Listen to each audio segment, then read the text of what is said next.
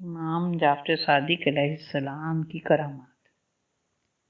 ایک راوی کا بیان ہے کہ ہم حضرت جعفر صادق علیہ السلام کے ساتھ حج کے لیے جا رہے تھے کہ راستے میں ایک جگہ کھجور کے سوکھے درختوں کے پاس ٹھہرنا پڑا۔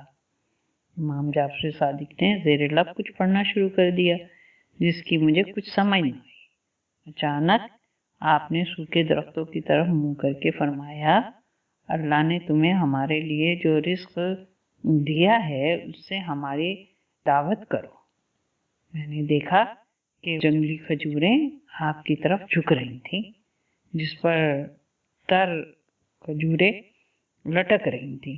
آپ نے فرمایا، آؤ اور بسم اللہ کر کے کھاؤ۔ میں نے آپ کے حکم کی تعمیل کرتے ہوئے کھجوریں کھا لی۔ ایسی شیریں کھجوریں ہم نے پہلے کبھی نہیں کھائی تھی۔ اس جگہ ایک اعرابی موجود تھا۔ اس نے کہا، آپ جیسا جادو میں نے کبھی نہیں دیکھا۔ امام جعفر صادق علیہ السلام نے فرمایا، ہم پیغمبروں کے وارث ہیں، ہم ساحر و کاہن یعنی جادو نہیں کرتے، ہم تو صرف دعا کرتے ہیں اور اللہ تعالیٰ قبول فرما لیتے ہیں۔ اگر تم چاہو تو ہماری دعا سے تمہاری شکل بدل جائے اور تم ایک کتے کی شکل میں ہو جاؤ۔ اعرابی چونکہ جاہل تھا اس لیے کہنے لگا، ہاں ابھی دعا کیجئے۔ آپ نے دعا کی تو وہ کتا بن گیا اور اپنے گھر کی طرف بھاگ گیا۔ امام جعفر صادق علیہ السلام نے فرمایا، اس کا تعاقب کرو۔ میں اس کے پیچھے گیا تو وہ اپنے گھر میں جا کر بچوں اور گھر والوں کے سامنے اپنی دم ہلانے لگا۔ انہوں نے اسے ڈنڈا مار کے بھگا دیا۔ میں واپس آیا تو تمام حال کہہ سنایا۔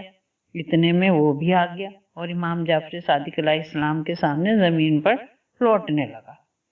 اس کی آنکھوں سے پانی ٹپک رہا تھا۔ امام جعفر صادق نے اس پر رحم کھا کر دعا فرمائی اور وہ شکل انسانی میں آ گیا۔ پھر آپ نے فرمایا، اے عربی، میں نے جو کچھ کہا تھا اس پر یقین ہے کہ نہیں؟ کہنے لگا، ہاں جناب، ایک بار نہیں، اس پر تو میں 1000 بار ایمان و یقین رکھتا ہوں کہ ان کے جد محمد مصطفیٰ صلی اللہ علیہ وسلم کو بھی لوگ جادوگر کہا کرتے تھے، معاذ اللہ، اور ان کے آل پاک کے بارے میں بھی یہ خیال کرنے لگے۔ فرق صرف یہ تھا کہ وہ کافروں میں سے ہوتے تھے اور یہ منکرین میں سے۔ اس پر بھی خوشی ہے، کتا بننے کے بعد راہ راست پہ تو وہ آ گیا نا۔